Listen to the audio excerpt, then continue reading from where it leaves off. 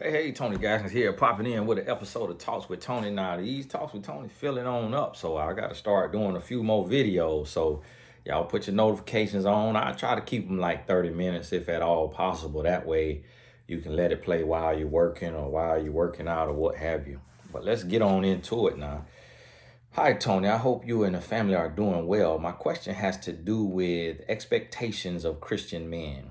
I am a 20-year-old undergraduate, black student pursuing my degree in psychology, and I'm focusing on cultivating my three B's. In this season of my life, I am prioritizing getting new knowledge to prepare me for when I am ready to start dating, as I am single now.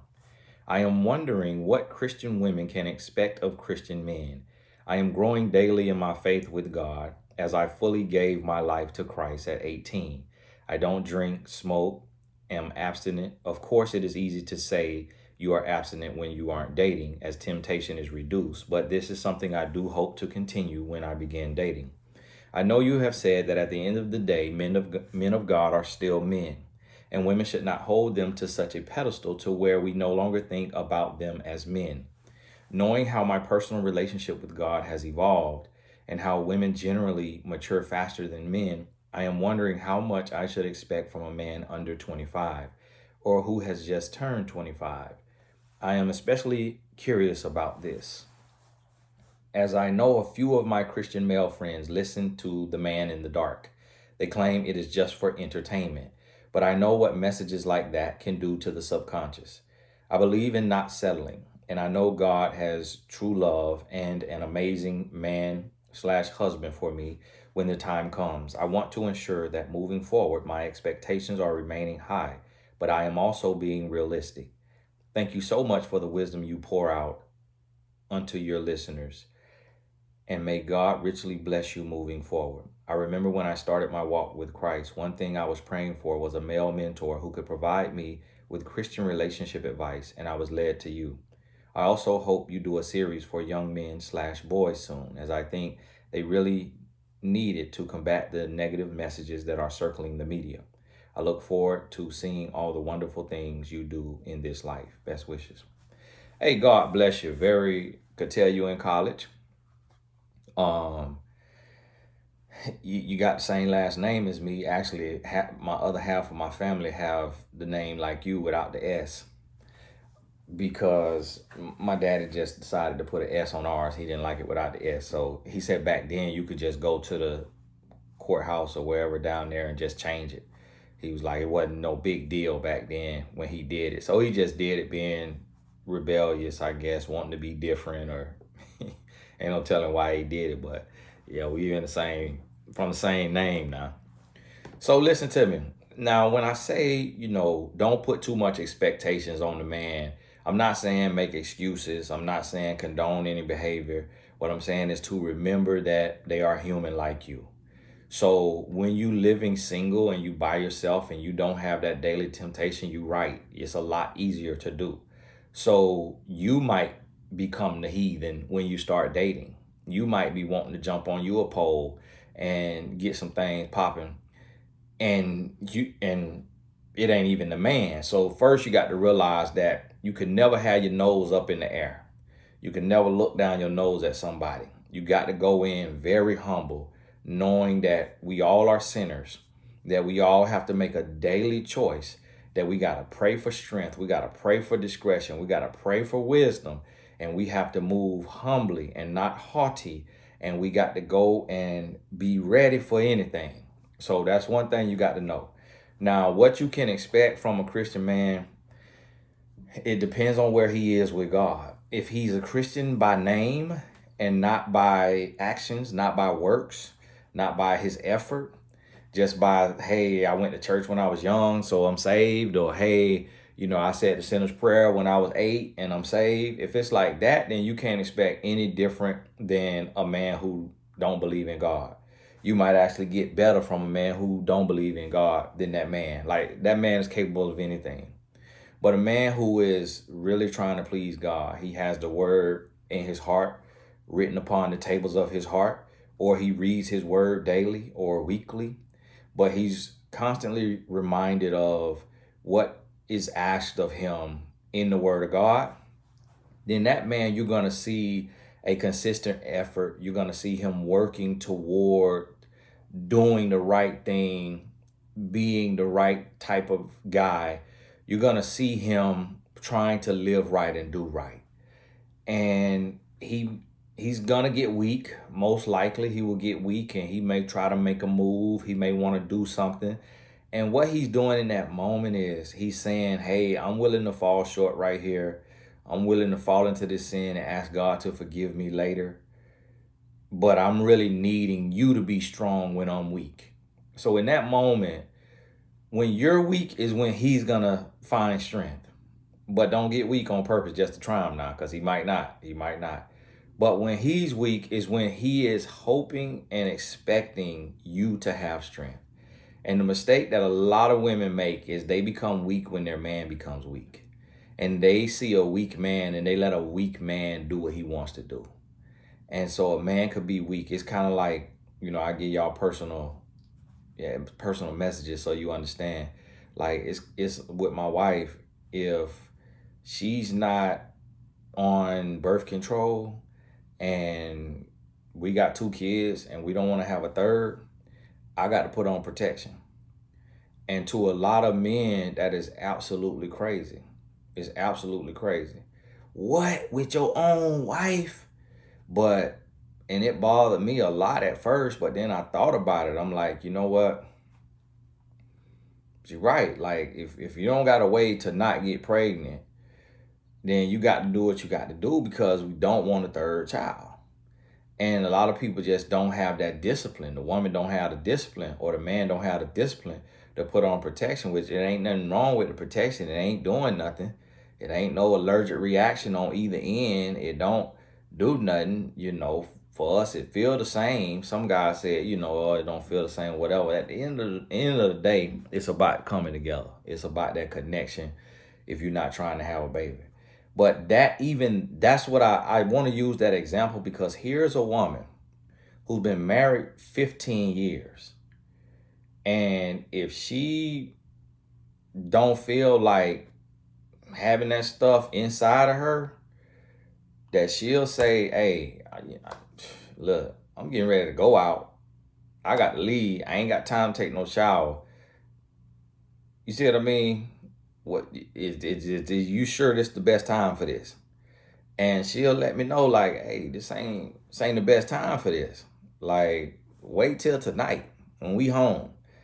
And I might be feeling something. And so, yes, at the same time, the Bible says the woman shouldn't deny the man her body, and the man shouldn't deny the woman her body. And that is true. So if I'm really, really adamant, then okay, yeah. But she gonna pose the question, like, and then I think about it, I say, you know what, you're right. You're right. This ain't, here I am just being a fool. I don't need this. I don't need this. And I would be inconveniencing her.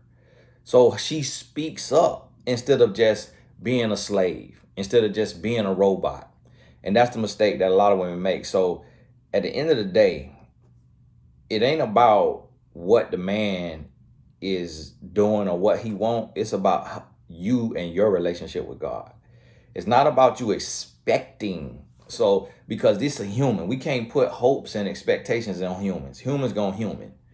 We got to know our walk, and that's what's more important. So yes, you can expect him not to try you, but he may try you. You can expect him not to curse, but he may curse.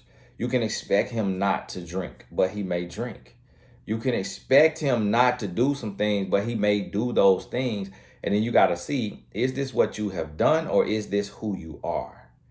Is this what you living in? This what you doing? Or did you slip and fall? Did you get weak? Did you make a stupid choice because of what you've been listening to?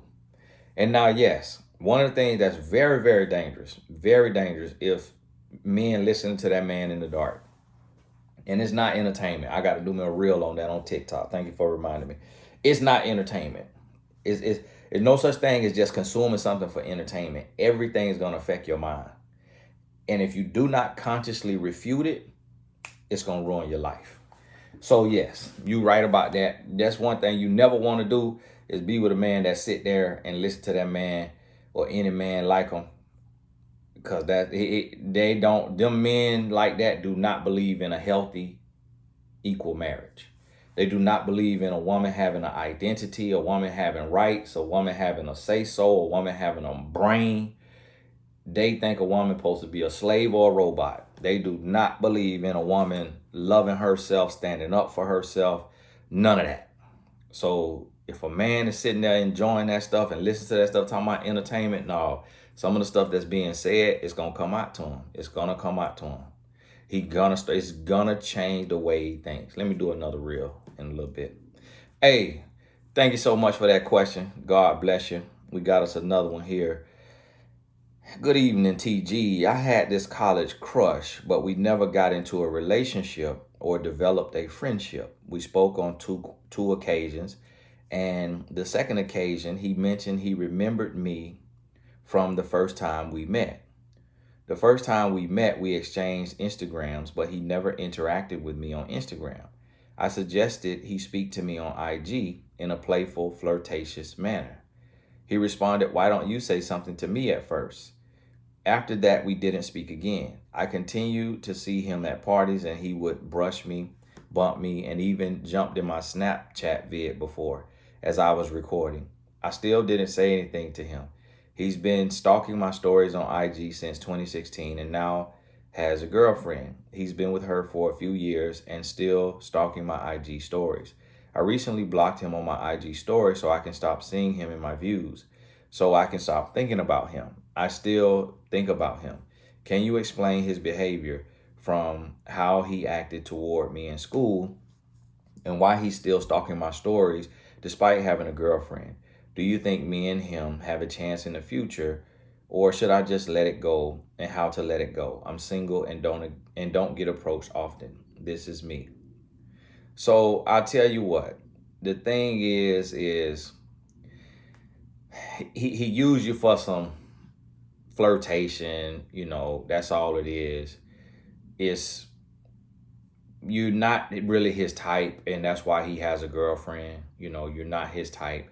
She posted a picture of herself, and very well dressed, very well dressed. It looked like branched out a little bit. Your look does box you in. She got really big gold earrings with the pearls on each level of it, and it looked like 1 or 2, 3 levels. So it come from the ear and hang to like there. That boxes you in. If you wear those often. She got a red lip. Look like makeup on. Pretty. On the picture, the makeup look a little heavy. The eyebrows thick. That's a good look, and they arch nicely. Hair done nicely. Like the shirt and the shorts and the knee-high velvet boots with the brown leather shorts. Light brown though, like camel.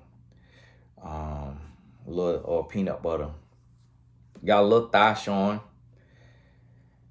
And then like a Hawaiian type shirt with orange, with little, look like peels on there. Look like big old peels. Blue and green peel, orange peel. It could be something else, but it look like a peel. The blue and green look like a peel. But it's like a black shirt with different blue, orange, peach, green colors on there. Cool little outfit. But your look says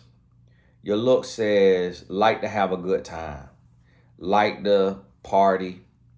Like to get out, have fun. Your look says will get down in that bed. Also will get down if a chick try me in the club.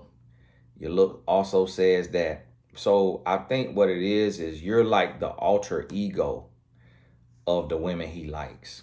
And that's why he watching you.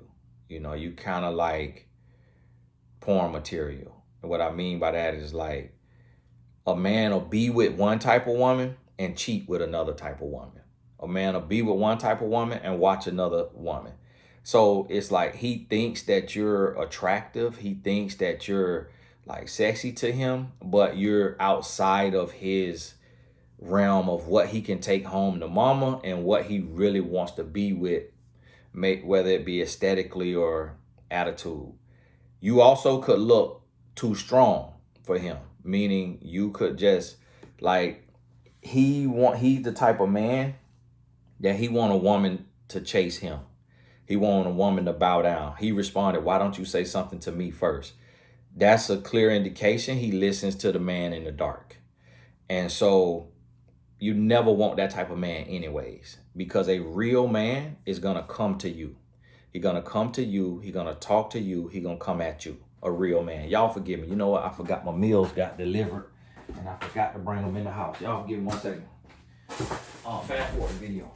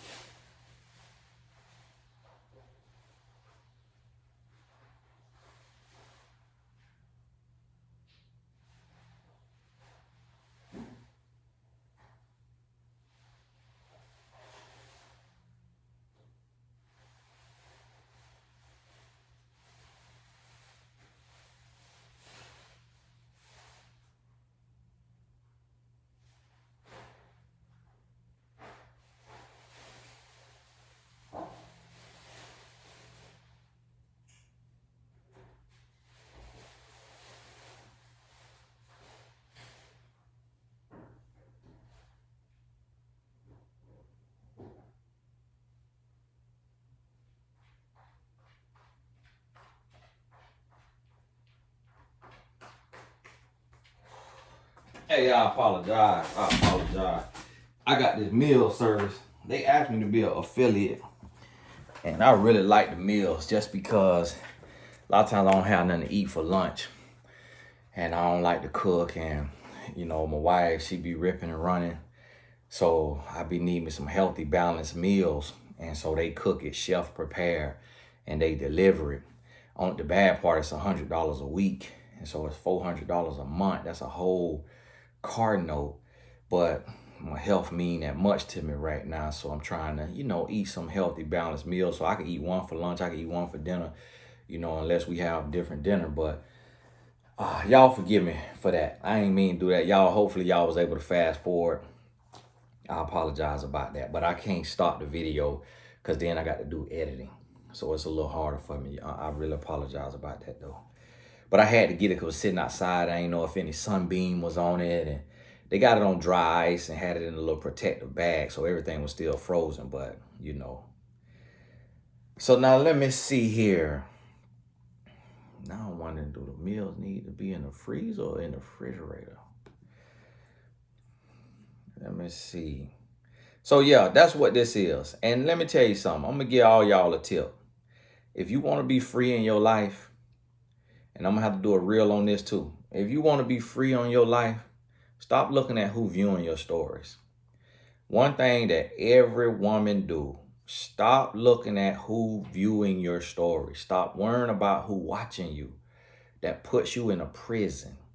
It puts you in a box and you start to live for others. I got stories. I never look at who looking at them stories. And the reason why is because the only times I've done it, probably about 5 times, and I've posted probably 10,000 stories. Because when I'm answering them questions, I'm answering sometimes 50 to 100 questions. And sometimes I did that every single night for months. I've posted thousands and thousands and thousands of stories. And it's been less than 5 times that I have clicked to click that button and then scroll through who saw it. And the reason why I stopped doing that is because the first time when I did it, the times that I did it, each time I realized that it could be very addicting. It could be very addicting just looking to see. And it also could get you in trouble. It can get you in trouble because when you're looking at that, you're going to see somebody in there that looks very attractive, that look like your type. And you could end up sending that person a DM when you're not supposed to be shooting a shot. One of my guys was looking at his stories and saw this young lady who was watching his stories. So he sent her a message. That could have almost gave her like stalker vibes. It could have almost, she could have been like, listen, I'm watching your story now, but that's not liking your picture. And I didn't send you a message. So why are you messaging me? And why are you so concerned with who watching your stories? So it says something about you that it's a message that you don't want to send, and it might not be a true message. You could just be a nosy person. And so you gotta understand that you can't get caught up doing that. Stop doing that. Stop worrying about who, and that's gonna teach you a lesson.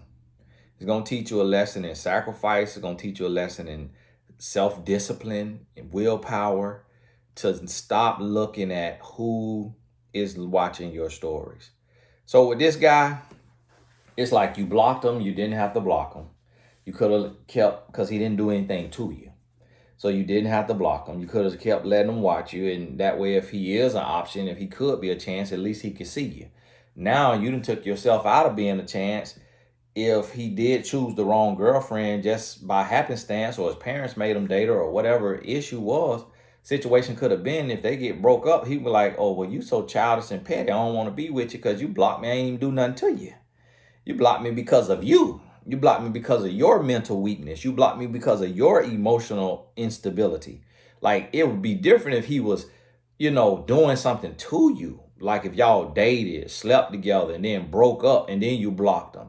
He cheated on you, you blocked him. He was sending you hateful messages, you blocked him. But you blocked him because of a lack of emotional intelligence. So now, if he did break up with his lady, he can't even respect your mind because he's like, that was real childish. You blocked me for doing nothing to you. And then the other thing which y'all have to realize about stories is when I go watch my wife's story, that's the only stories I watch is my wife's stories. But as soon as her story is over, it flipped to somebody else's story. So when that person look at who viewing their story, they're going to say, oh, Tony Gaskin viewing my story. No, I am not. It flipped to your story after my wife's story. Secondly, I could look at my wife's story, and if I look up at my son and I'm talking to my son, or I get distracted in that very moment while I get ready to look at her story, it'll flip from my wife's story, and it may flip through somebody else 3-4 stories. So now they be like, oh, man, he watched it for a while. No, I did not. Wasn't even looking at the phone. Wasn't even looking at the phone. And that happened to me all the time. I have my phone out. I'll be on Instagram. I'll be on the Discover page. Next thing you know, I'm sitting there. My hand will rest. I'll be looking at the game. My hand will rest. And my thumb will rest on the phone. And I will be done like the picture. My wife did that one time. I showed her a picture. And while I was showing her the picture on Instagram, she just was holding the phone in her hand. And while she holding the phone, her hand grabbing the phone, she hit follow on the lady that I was showing her. That was back when it sent everybody who follow you a notification. So now it said Tony Gaskin started following such and such. My wife did that. Do you know the lady she was kind of like she wasn't a half naked, but she was like, one of them type, and I was showing her to my wife, telling her about a dating situation that was going on out there in the celebrity world. I lost 1,000 followers immediately because they probably was like, why is he following this girl who be posing in bathing suits and dating this celebrity? And I was showing my wife because I knew the ex of the guy that she started dating. And I was showing her like, hey, such and such ex done started dating this person. And I'm showing her what you think about this. And while we talking, she didn't hit the like button. Now imagine if I show her a story. It's scrolling through every single story. And sometimes people mention me in their story. So I will click it to see what they showed. Like if they showed my book or whatever. As soon as that story over, it go to the next story. And then sometimes it'll go to the next story, just depending on how fast it's going. So that person will think, oh, Tony didn't just look at the me mentioning him. He wanted to see some more. No, absolutely did not. Stop flattering yourself. And so that's why I try to tell y'all, you can't put so much in the people's stories, in your stories. And somebody could be looking at it every day. But it literally could be just we scroll on our phone. Like humans are nosy, humans scroll. Somebody looking at your story, it literally could be just like the other young lady say, the men is watching the man in the dark because it's entertainment. It literally could be just seeing what you're doing. See your outfit, see who you're hanging with, see what you're getting into. It's like watching reality TV. We don't care nothing about them people. We just watch it just to be watching it. So imagine if they were like, oh, such up, watch my show and went to feeling good about it. When we like, don't care nothing about your raggedy show. Just watching that show because ain't nothing else on TV. That's background noise. You see what I mean? And so stop taking that story viewing stuff to heart. Please, y'all stop doing that. Hey, this is Tony Gaskins. I need to figure out if I need to put these meals in the freezer or if they're supposed to stay in the fridge. God bless you. We'll talk soon.